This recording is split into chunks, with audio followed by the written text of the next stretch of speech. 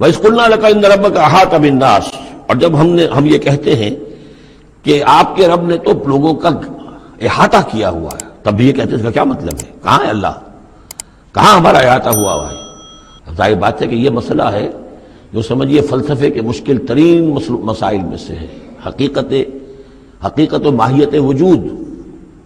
ایک اللہ کا وجود ہے، ہر جگہ ہے، ہر آن ہے، لیکن یہ کہ یہاں دنیا میں ہے کہ نہیں ہے، یہ دنیا ہے یا اللہ ہے، کیا ہے؟ اب یہ سمجھ میں آنے والی بات نہیں ہے۔ اسی لیے کچھ لوگوں نے اس کو ہماوست سب قاضی کائنات جو ہے خدا ہی ہے، خدا ہی نے یہ روپ دھار لیا ہے۔ جیسے انسانوں کا روپ دھار لیتا ہے وہ اوتار کی شکل میں آ جاتا ہے، ایسے خدا نے اس کائنات کی شکل اختیار کر لی ہے۔ اس کو پینتھیزم کہتے ہیں انگریزی میں، ہماوست، سب خدا ہی ہے۔ یہ بہت بڑا کفر ہے، شرک ہے۔ تو کیسے سمجھے؟ بہت سی چیزیں ہیں جو انسان کی سمجھ سے بالا تر ہیں۔ اللہ ہے کیسے ہے؟ کیا دنیا میں اللہ نہیں ہے تو اللہ کی ذات محدود ہو گئی؟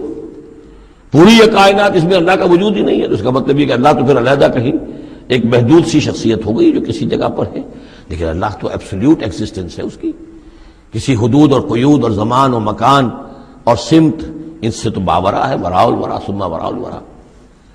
وَمَا جَعَلْنَا الرُّؤْيَا الَّتِي أَرَيْنَاكَ إِلَّا فِتْنَةً لِلنَّاسِ۔ اسی طریقے سے اب یہ مسائل گنوائے جا رہے ہیں کہ جو لوگوں کے لیے بڑے ان کا چونکہ ان کی طرف سے ان کا رد عمل جو ہے وہ صحیح نہیں ہوتا، لہذا اللہ تعالیٰ نے معجزے دکھانے بند کر دیے ہیں اور حضور کے بارے میں طے کر لیا کہ وہ معجزہ نہیں دکھائیں گے جس طرح کا معجزہ یہ مانگ رہے ہیں۔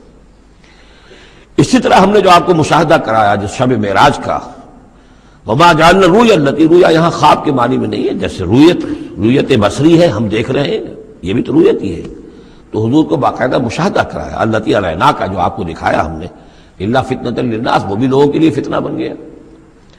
لوگوں نے کہا کہ یہ تو معلوم ہوتا کہ اب بالکل ہی ان کا دماغ چل گیا ہے، معاذ اللہ ثم معاذ اللہ۔ بہت خوش ہوئے تھے مشرکین مکہ، بہت خوش ہوئے، چلو جی چلیے اب ہماری مشکل حل ہو گئی، اب تو ہم تمام مسلمانوں کو باور کروا لیں گے کہ آج تک تم نہیں مانتے تھے، واقعتاً محمد کا دماغ چل گیا ہے صلی اللہ علیہ وسلم۔ وہ کہہ رہے ہیں میں راتوں رات بیت المقدس بھی ہو کے آ گیا ہوں اور میں آسمانوں کی سیر کر کے آ گیا ہوں۔ اب یہ بات ناقابل قیاس، کیسے انسان سمجھے، گمان نہیں کر سکتا۔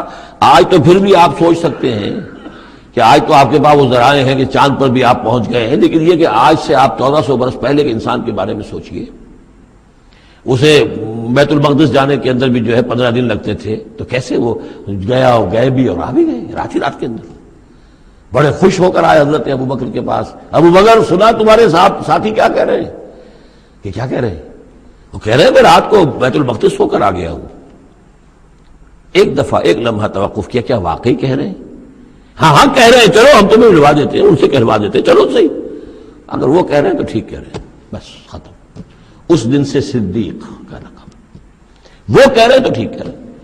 اور فرمایا جب میں یہ مانتا ہوں کہ آسمان سے روز ان کے پاس فرشتہ آتا ہے، تو اگر وہ آسمان ہوا ہے تو کون سی بڑی بات ہو گئی؟ اگر اللہ کا فرشتہ آسمان سے روز آتا ہے ان کے پاس تو وہ آسمان تک ہو کے آ گئے تو کون سی بڑی بات ہوئی؟ وہ اگر کہہ رہے تو سچ کہہ رہے ہیں۔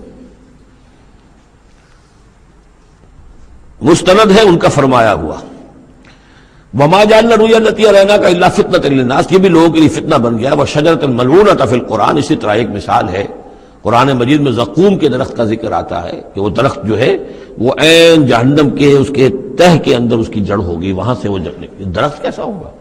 آگ کے اندر درخت، ہاؤ از اٹ پاسبل؟ اب یہ زقوم کا یہ بھی ان کے لیے ایک فتنہ بن گیا۔